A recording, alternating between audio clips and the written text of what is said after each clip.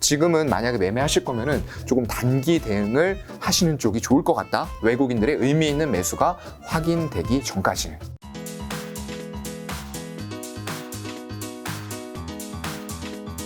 최근 들어와서 조금 시장이 약간 반등해주면서 여러분들의 이제 계좌와 슬픈 마음들도 약간은 치유가 되시지 않았을까? 뭐 아직도 갈 길은 멉니다만. 오늘이 이제 7월 이 영상이 내일 올라갈 텐데 네. 지금 지수가 어떻게 되죠? 코스피 코스닥이? 지금 오늘은 좀 반등을 세게 해주는데요. 코스닥이 또 3.6% 지금 시간 11시 23분에 올라가고 있어요. 코스피는요? 코스피는 1.75%로 상대적으로는 좀 약해요. 한 반 정도인데 그건 이제 투자의 수급 원인에서 조금 찾을 수 있을 것 같아요. 그래도 많이 올라왔는데요. 초반에는 코스닥 쪽에 외국인들이 좀 집중하는 모습들이 나오면서 기관하고 같이 양매수가 강하게 들어오다 보니까 코스닥이 상대적으로 강하게 올랐는데요. 지금 시간은 보니까 거래소 쪽에서 외국인들이 순매수 전환하면서 또 1,200억 가량의 매수가 들어오고 있어요. 아까는 마이너스였거든요. 기관 쪽에서 금융투자하고 연기금만 매수를 하고 있었는데 그 둘은 이제 제가 뭐라고 말씀드렸죠? 하루 사면 하루 팔 수 있는 이런 단기적인 차익 거래만 하는 쪽이라고 말씀드렸어요. 굉장히 안타까운 쪽인데 이런 것들이 이제 투기성 어떤 투자라고 봐야 되겠죠. 투자가 아닌 투기적인 자금들이 들어갔다 나왔다. 짧게 보고 있는 그런 시점인데 지금 시간은 보면 외국인들의 매수와 더불어서 투신, 사모펀드까지도 같이 유입이 되면서 지수가 조금씩 계속 올라오고 있는 그런 상황이고요. 거의 이제 매도하고 있는 쪽들은 그동안에 외국인들 많이 매수했던 운송장비, 자동차 좋다 했는데 또 매도 쪽으로 전환이 된 모습이고요. 기계 쪽에서 약간의 양매도 정도 빼면은 오늘은 거의 전업종 사고 있어요. 좋은 시그널이 나오고 있는 거고요. 전기전자를 외국인들이 많이 사고 있지는 않아요. 근데 기관 쪽에서 오히려 사고 있고 외국인들은 의약품 쪽하고 운수 창고 그리고 서비스업 이런 쪽으로 집중하고 있고요. 이 의약품 쪽은 이제 제가 말씀드렸던 저번 달에도 아마 말씀을 드렸을 거예요. 셀트리온 어느 정도 가격이면 산다? 사볼만 하다? 그때 말씀을 다 드렸었죠. 그런 관점에서 매수가 좀 유입이 되고 있는 게 아닐까라고 보고 있습니다. 지금 코스피랑 코스닥이 몇이죠? 코스피가 지금 2,340포인트 정도 되고요. 고스닥이 748.6입니다. 이 코스피가 2,300도 붕괴된 적이 있었죠, 장중에. 장중에 붕괴됐어요. 2,291 갔습니다. 근데 이게 참 증시가 지난달에 특히 또 좀 많이 빠졌던 거 아닌가요? 많이 빠졌어요. 지난달에 특히 좀 많이 빠진 이유는 엄청나게 뭘까요? 빠졌습니다. 글쎄요, 이게 약간 그 이제 인플레이션이 피크아웃을 했을 것이다라고 생각들을 하고 있었는데 그 수치 자체가 꺾이지가 않고 오히려 더 높게 나와버린 거예요. 그렇다 보니까 이거 인플레이션까지 높은데 성장은 금리 올리니까 점점 더 떨어질 거고 이런 생각들이 이제 투자자들과 전체 기업들, 사람들이 하다 보니까 아무래도 이제 증시의 충격들이 지난달에 굉장히 컸던 것 같아요. 코스피 보면은 종가 기준으로 해서 13%가 빠졌고요, 한 달에요. 근데 저가 기준으로 14%가 넘게 빠졌었습니다. 코스닥은 더 심했죠. 코스닥 보게 되면은 일단은 저가 기준으로는 20%가 넘게 빠졌어요. 한 달 만에 지수가요. 그렇다고 하면은 이때 고점에서 많이 빠졌다고 코스닥 900대에서 혹시나 레버리지 쓰셨던 분들은 한 달 만에 반대 매매도 장중에 나올 정도로 변동성이 컸다. 라는 부분도 말씀드리고요. 다행히 종가상으로는 16%, 16.5%로 끝났는데 이게 이제 제가 말씀드리는 120월선의 효과가 약간 나오고 있어요. 이거 지금 이렇게 보게 되면은 거의 이게 회색선이거든요. 120월선에 지금 두 달째 밑꼬리가 터치는 안 했지만 그래도 저점 기준으로 봤을 때는 어느 정도 도달을 하면서 기술적이 됐건 어떤 거가 됐건 반등이 조금씩은 나오고 있다는 거거든요. 그렇다고 하면은 이 상태에서 만약에 이제 우리가 생각하고 있는 최악의 환경들, 인플레이션도 안 잡히는데 오히려 성장은 떨어지는 거죠. 그렇게 되면 이제 스태그플레이션이라고 하죠. 진짜 안 좋은 상황인데 이런 것들이 정말 현실화가 되면서 나타나기 시작한다라고 했을 때에는 제가 말씀드리는 이 120월선도 담보할 수 있는 수준은 아니에요. 제가 이런 것들을 말씀을 드리는 이유가 이제 어떤 금융위기 때라던가 이런 코로나 때 이런 돌파를 하면서 굉장히 크게 120월선이 깨지는 경우들이 나오거든요. 근데 이제 2016년도에는 살짝 내려갔다가 여기에서 또 반등을 해주고요. 대부분 여기가 깨지는 시점이 온다라고 하면은 그거는 정말로 역사적으로 기록에 남을 만한 굉장히 큰 사건들이 일어나는 시점이라고 여러분들 생각하시면 돼요. 근데 지금이 금융위기나 코로나처럼 역사적으로 위기라고 할 정도의 아직까지는 아니에요. 상황이었나요? 네, 아직까지는 아닌데 여기에서 이제 인플레이션과 더불어서 이 저성장까지 겹쳐지면서 만약에 스태그플레이션이 나온다 라고 했을 때는 글쎄요, 제가 이제 코스피도 이제 조금 보고 말씀을 드리면은 이때가 이제 2008년도 이때가 120월선을 찍었던 구간이에요. 네, 올라갔다가 여기에서 낙폭이 2080에서 저점이 875까지 빠졌습니다. 엄청나게 빠졌죠. 하락률로 보면은 이때 못지 않아요. 엄청나게 빠진 건데 여기에서 이제 밑꼬리가 여기까지 빠지니까 달리기 시작을 하죠. 금융위기 상태에서도요. 그러면서 반등을 이제 한 몇 개월 지나고 나니까 2월달, 2009년 2월부터 시작해서 다시 전고점 부근까지 올리는 파동들이 나와요. 그래도 그 120일 이평선을 네. 크게 깨진 않네요. 부딪히면 그래도 반등을 이거 깨지면 정말로 아까 말씀드렸던 대로 역사적인 기록에 남을 만한 어떤 위기가 왔다는 경제 거예요. 위기 때도 네. 살짝 깨졌다 위로 네. 반등한 거고 코로나 네. 때는 크게 깨졌다 위로 크게 반등한 거죠. 이때는 왜 이렇게 크게 깨진 모양이 나왔냐면은 이 올라간 자체가 굉장히 스무스하게 플랫하게 올라갔기 때문에 어떤 크게 빠질 만한 요인들이 이 이평선에서 지지를 여기에서 이런 식으로 받았고요. 여기에서도 이런 식으로 받았는데 코로나가 와버리니까 여기에서 지지를 여기에서 여기까지 빠지는 건데 이 구간이 너무 짧았던 거예요. 이격도가. 그렇다 보니까 한 번 더 빠지면서 오히려 여기에서는 120월선 지지가 아니고 이따 차트상에서도 제가 좀 분석하는 걸 말씀을 드릴 건데 오히려 이 매물대의 지지를 확인을 했던 거죠. 그 1800대. 근데 이게 월봉상으로 크게 붕괴가 됐다가 거의 1800에 맞춰놓고 끝냈죠. 이거 종가상으로 이게 3월 달에 끝난 거 보면은 종가가 1754.64로 끝났어요. 그래서 거의 1800을 매물대를 크게 하회하지 않는 정도 수준으로 급격하게 올렸고 그 다음 달에는 바로 유동성이 풀리면서 반등을 시작을 하죠. 이런 식의 파동이 나왔는데 글쎄요. 이번에도 제가 보고 있는 건 일단 120월선이에요. 이게 굉장히 강력한 지지대가 될 수밖에 없는 게 이 120월선 이거 일선 주선 아닙니다. 월선이에요. 이거 꼭 지지받아야 되는 선이고요. 거기다가 지금 여기 보여드리는 매물대도 같이 겹쳐 있어요. 그래서 이거를 만약에 깨고 내려간다라고 했을 때는 미국에서 정말로 그 스태그플레이션이라고 부르죠. 우리 인플레이션도 안 잡히고 저성장까지 겹쳐지면서 경기 침체 우려 오는 거예요. 그렇게 된다라고 봤을 때에는 이 매물대도 뚫고 내려갈 만한 그리고 120월선도 붕괴가 될 만한 시그널들이 나올 수도 있다는 거죠. 경기 상황금 점검, 네. 인플레이션, 스태그플레이션, 리세션 한번 해준다면 네, 일단은 인플레이션이라고 하는 거는 계속적으로 물가가 올라가는 상황들이에요. 그렇죠. 정말로 많은 유동성들이 그렇죠. 풀리면서 모든 것의 가격들이 올라가는 거고요. 소비가 돈이 많이 풀려 있다 보니까 소비들이 많이 일어나거든요. 네. 그러면은 공급은 한정돼 있는데 소비가 너무 많이 일어나. 이렇게 되면은 모든 것들의 가격이 올라가면서 물가가 상승하는 이런 현상들이 나타나는 그런 걸 인플레이션이라고 하고요. 앞으로 좀 피크를 찍은 걸까요? 아니면 더 어떻게 될까요? 지금 피크를 약간 찍었다라고 볼 수 있는 지표들이 나오고 있어요. 이게 확실하게 찍었는지는 조금 더 수치를 확인해 볼 필요는 있는데 그렇죠. 그동안에 어떤 농산물이라던가 원자재 이런 쪽들이 굉장히 급등했어요. 근데 지금 보면은 그런 것들의 가격이 고점 대비해서 20%, 많게는 50%, 절반까지 뚝 꺾여 버렸어요. 그런 게 뭘 의미하냐? 라는 거는 그쪽으로 인플레 쪽으로 투자를 했던 베팅을 했던 투기적인 자금들이 빠지고 있다는 거예요. 네. 그런 것들이 빠지면서 가격들이 꺾이다 보니까 일단은 원자재 그리고 농산물의 가격들이 급락을 했던 부분들이고요. 물론 이런 것들이 급락을 했다고 해서 계속 지속이 될지 이런 여부는 그래서 제가 체크를 해봐야 된다라고 말씀드렸는데 만약 그런 자금들이 추가적으로 빠지는 모습들이 나타난다라고 했을 때는 인플레이션의 선반영 지표들로 이런 것들이 좀 빠지네? 그러면은 미국에서 발표할 6월의 CPI 그리고 개인 소비 지출 PCE 거기다 생산자 물가지수 어떤 그런 것들이 전부 다 빠질 수 있나라고 한번 생각을 해볼 수는 있다라는 거죠. 그럼 7월에 미국 FOMC 금리 인상 한 번 더 하지 않나요? 할 것 같아요. 이거는 기정사실로 받아들여야 될 것 같고요. 뭘로 할까요?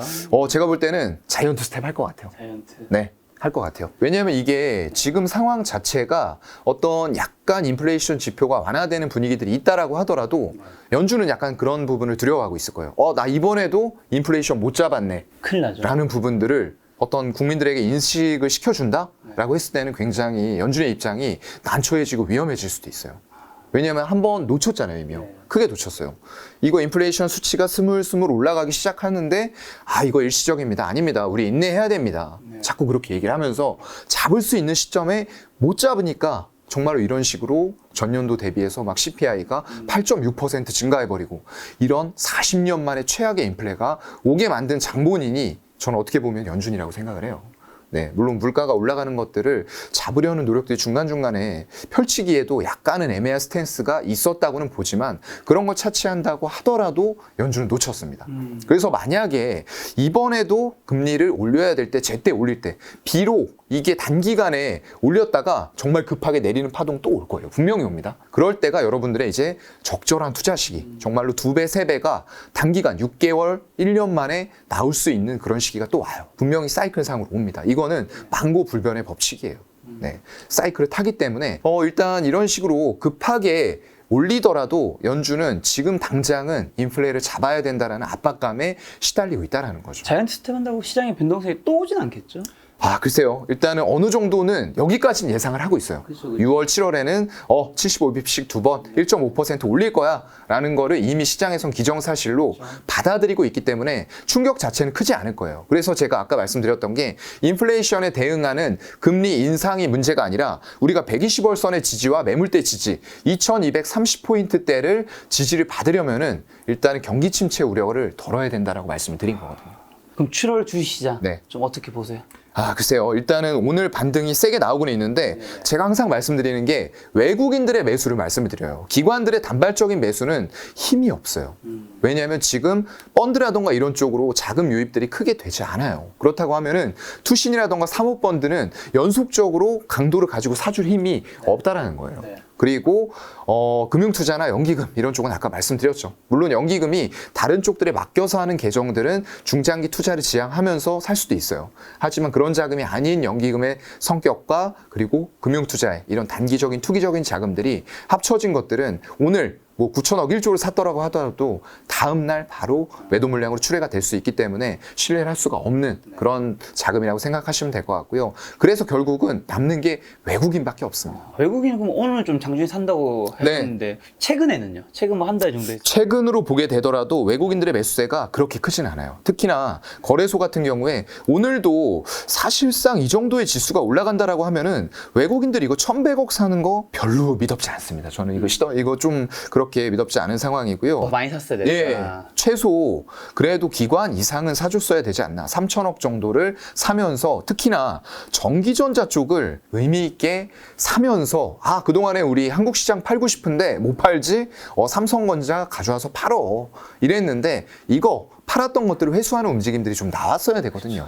근데 오늘 보게 되면 1,100억을 사고는 있지만 이게 전기전자에서는 오히려 10억 매도예요. 네, 안 사고 있다는 거예요.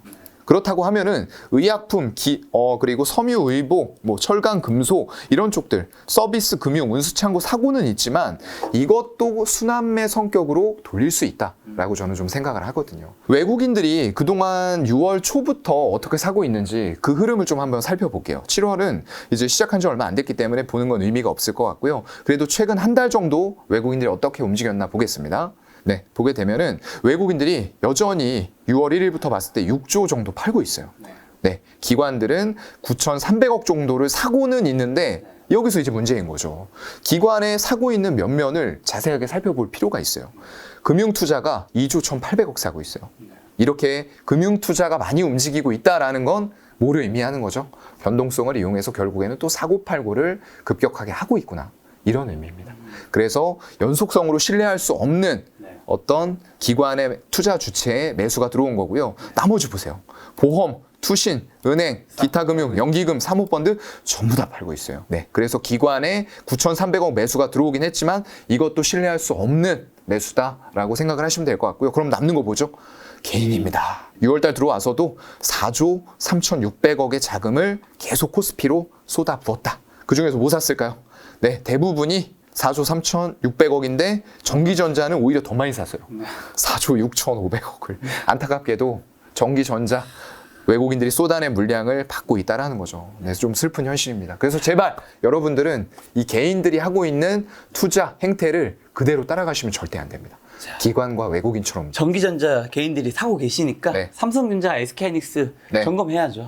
네. 참 이게 점검이 지금 크게 의미는 없는 상황이지만 그래도 많이들 들고 계시니까 점검하고 넘어가 보도록 하겠습니다. 삼성전자 일단은 지난주에 지난 달이죠. 6월에 굉장히 안 좋은 파동이 나왔어요. 이게 지수가 안 좋다 보니까 삼성전자도 15%가 넘는 하락을 6월에 보여줬거든요. 근데 이제 이번 달에도 역시나 60월선이 깨져 있는 상태에서 회복이 아직까지는 안 되고 있어요. 장중에는 조금 올리려는 파동들이 나오면서 고가가 58,200원 2.1%까지 상승하는 모습들이 잠깐 나오긴 했어요. 네. 근데 이제 60월선에 막혀서 윗꼬리가 일단은 살짝 달리는 모습들이고요. 네. 아직 수급도 아까 말씀드린 대로 오늘 시장을 외국인들이 사고는 있지만 10억 매도라고 말씀드렸잖아요. 그럼 우리가 여기서 또 개별 종목에 대해서는 가집게 확인해 봐야 되죠. 조회 보면은 아침에서 외국인들 팔기 시작했죠. 18만 주 매도했고 20만 주 매도했는데 다행히 11시 20분 3차 수급에서는 외국인들이 매도량을 좀 줄였어요. 근데 여전히 16만 6천 주 정도를 순매도를 하고 있는 것으로 파악이 됐고요. 이렇게 오늘 그래도 외국인들의 매도에도 불구하고 올라가고 있는 건 역시나 기관 쪽의 매수입니다. 아까 이제 기관에서 오히려 전기전자는 대부분 받고 있다라고 말씀드렸는데 투신 중심으로 해서 강한 수급들이 이게 수량 자체를 보시면은 외국인이 16만 6천 주 매도하는데 투신에서는 그리고 연기금, 보험 이런 쪽 합쳐서 52만 주 매수하고 있어요. 그러면은 외국인들이 이만큼 파는 거 외에도 기관들이 사고 있는 수량을 외국인 거 빼줬을 때 한 36만 주 정도를 개인들이 팔고 있다는 거죠. 그 물량까지도 기관들이 받으면서 일단 오늘은 시세가 그나마 0.7% 상승을 하고는 있지만 지수 대비해서 약하잖아요. 0.7%밖에 안 오르잖아요. 이 이유는 그래도 외국인들이 매도에 동참을 아직까지는 하고 있기 때문에 그런 거죠. 만약에 양매수로 같이 강하게 샀다 이랬으면은 한 2% 올라갔을 수도 있을 거예요. 안타깝지만 이렇습니다. 하이닉스는요? 하이닉스도 역시나 지금 상태에서는 어떤 좀 수급적인 면을 강하게 볼 수밖에 없어요. 왜냐면 아까 말씀드렸던 대로 지수라던가 이런 것들 시장 환경이 올라가기 위해서는 외국인들의 의미 있는 매수가 들어와야 되기 때문에 그런 거고요. 하이닉스는 좀 다릅니다. 오늘 강하게 올라가죠. 3.5%. 딱 이거 보면 이제 이유가 나와요. 네, 외국인들이 아침부터 삼성전자랑은 다르게 샀어요. 그리고 10시에는 한 잠깐 줄였네요. 13,000주 정도 가집계상으로 줄인 걸로 보이는데 11시 20분 3차에 또 급격하게 늘려버리죠. 20만 주가량을 1시간 20분 동안에 사버린 거예요. 네, 그리고 기관들도 11만 주 시작해서 계속적으로 이어나가는데 연기금은 워낙에 소량이기 때문에 신경 쓸 필요는 없을 것 같고요. 오늘은 외국인과 투신 쪽의 매매 동향을 여러분들이 제가 방송 끝내고 난 이후에 이거 내일 나가죠? 네, 수급 현황을 그 뒤쪽으로도 1시 반 그리고 2시 반에 또 가수급이 계속 나옵니다. 그래서 이런 것들 살피면서 내가 판단해서 하이닉스 좀 수급 괜찮게 들어오네 하고 한 10시 정도에 이거 확인하고 사셨단 말이죠. 그랬는데 한 2시 반 이랬을 때 외국인들이 갑자기 매도 전환을 확 해버리면서 시세가 꺾이는 모습들 나와요. 그럼 어떻게 하셔야죠? 단기적으로 매도하셔야 됩니다. 네, 이런 것들 보시면서 지금은 만약에 매매하실 거면은 조금 단기 대응을 하시는 쪽이 좋을 것 같다. 외국인들의 의미 있는 매수가 확인되기 전까지는. 네, 그런 부분들로 말씀을 드리고요. 차트 한 번만 잠깐 볼까요? 하이닉스도 보게 되면은 그래도 그나마 외국인들 지분율이 삼성전자에 비해서는 견조해요. 보시면은 거의 외국인 지분율 변동이 크지 않아요. 50%대에서요. 근데 삼성전자 보면은 좀 암울하죠. 네. 이런 식으로 보시게 되면은 많이 올랐을 때는 거의 58% 가지고 있었는데 여기부터 그냥 수직 낙하죠. 뭐 번지 점프하는 것처럼 쭉 낙하하고 있습니다. 이런 부분들이 일단 월선으로 봤을 때에도 약간의 지표 차이를 좀 만들어지고 있는 게 아닌가라고 생각을 하고요. 만약 삼성전자가 60월선을 회복하고 올라가려면은 저는 외국인들의 매수가 반드시 좀 동반이 돼야 된다라고 보는 사람이고 SK 하이닉스 같은 경우에는 잘 회복하고 있는 것 같아요. 일단 60월선 봤을 때 91,900원, 한 92,000원 정도 되거든요. 그거 지금 회복하면서 올라오고 있고 수급도 괜찮은 상태인데 일단은 강도는 괜찮습니다. 근데 이제 확인해야 될 거는 지속성이죠. 지속성 있게 만약에 이걸 사준다라고 했을 때에는 60월선 회복하는 시그널이 상대적으로 삼성전자에 비해서 강하게 나올 수 있다. 네, 이 정도까지 말씀을 드리겠습니다.